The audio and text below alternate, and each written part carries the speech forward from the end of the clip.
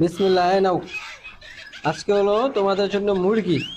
এ কি রে, তুমি আসতেছো না কেন? হুজুর খাবো না, ভাল লাগতেছে না। ভাল লাগে না বললেই হলো, খাইতেই হবে, আসো। হুজুর আমি খাবো না। হুজুর খাইতেছে না কেন জানেন?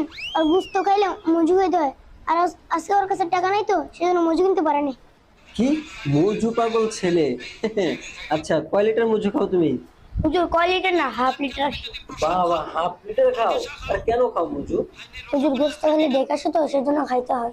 এই মুজু খাওয়া আস্তে আস্তে বাদ দিতে হবে, বুঝছো? হাফ লিটার আর খাওয়া যাবে না। এখন থেকে তুমি সিঙ্গেল খাবা।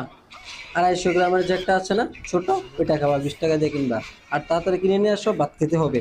দাদি আমার তরকারি দেন। মুজু কিনছো? দেখি। আচ্ছা, এখন থেকে সিঙ্গেল বোতল খাবা, ঠিক আছে? আস্তে আস্তে এটাও বাদ, ঠিক আছে? হুম। হুজুর আপনি ওকে মজু কিনে দিলেন? তুমি কি চাও ও দুপুরের খাবার না খাক? হুজুর আমি চাই